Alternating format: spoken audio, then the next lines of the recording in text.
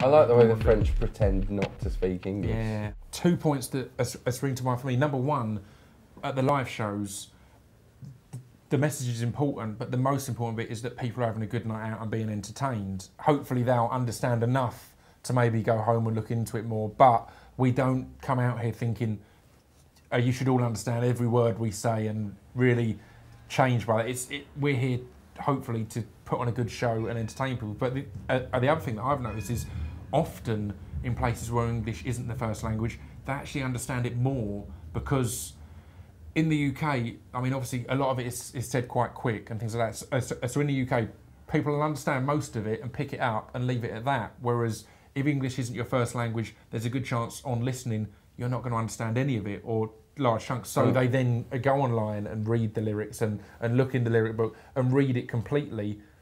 So it kind of, in a way, it works in the opposite way, because it prompts people to pay more attention to it, because there'll be a few bits they understand, but a lot they don't, and it will be all the more intriguing. Whereas in the UK, you can be like, I get the gist of it, when you might not actually have picked all of it up. And I suppose, in a sense, extrapolating that idea, it gives people the opportunity to discover it twice. So they hear it for the first time, and if that inspires them enough to look into the lyrics, they're, oh, this is great, and then when they get into it, it's like, oh, no way, this is actually quite meaningful, deep shit.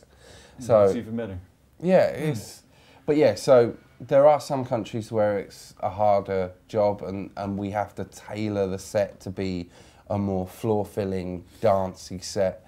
But generally, it's pretty good. And obviously, and again, it's not all about us either, if you know what I mean. So if people aren't getting it completely at the shows, there's that extra element that we won't see, but it's when they're at home and they're understanding it properly, or they've looked into it, or one of their mates has understand it better and they're having a discussion.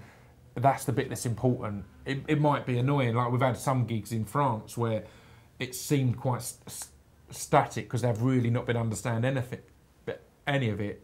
And not always, we've had some great gigs in France as well, but there's been a few like that. But it's like, well, that's not the be-all and end-all. It shouldn't all be about how great we... Do you know what I mean? Us getting to go, you all understood. As long as there's people getting it somewhere along the line, then that's kind of... I like the way the French pretend not to speak English. Yeah, it's awesome. It's really good. They're actually stubborn, they speak fine. There was a Belgian French guy the other day, and I heard him speaking Flemish on his phone. I heard him. And then this girl from our label talked to him in Flemish, and I don't understand. And it was just literally like, hang on, did the French do this with every language? I think they speak every language, the French. Secretly. But when they meet someone, oh, you're Chinese, don't understand. Don't know what you're talking about. Mean.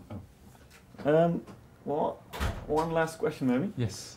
You wanted to work with Dizzy Rascal last year. How did that work out? We spoke. It's a weird one because it got very blown up. We did a one XFM interview. They were saying, "Would you like to work?" And we're like, "Well, it'd be." I think it was talking because in certain tracks we've slagged off a UK hip hop, and I said definitely. You know, there are certain people. I think Dizzy's great, Sway's great, and we'd talked of doing. I hadn't heard any of this. So. We talked of doing a version of Great Britain originally. We were saying, which is one of the tracks on this album. We talked about getting a Dizzy or Mike Skinner or Sway or someone to get a few different angles on it.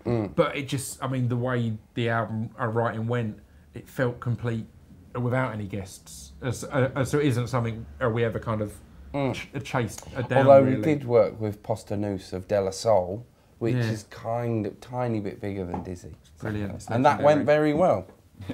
But yeah, I mean, it's one of the things, there's so many people like Dizzy and like Q-Tip who we'd love to work with, but it's not something that we want to do just to have a name on the record. Do you know what I mean? If it feels like it'll improve the song, then that'd be great. But it just so happened that with the tracks that we were working on, they kind of felt complete anyway. Although so we didn't Q-Tip would improve any song. Yeah. There's not a song he But that's it, all of them, it would have felt like we were only getting them on because it's like, that's a big name, rather than, you know, we've got this gap and we want to make something great.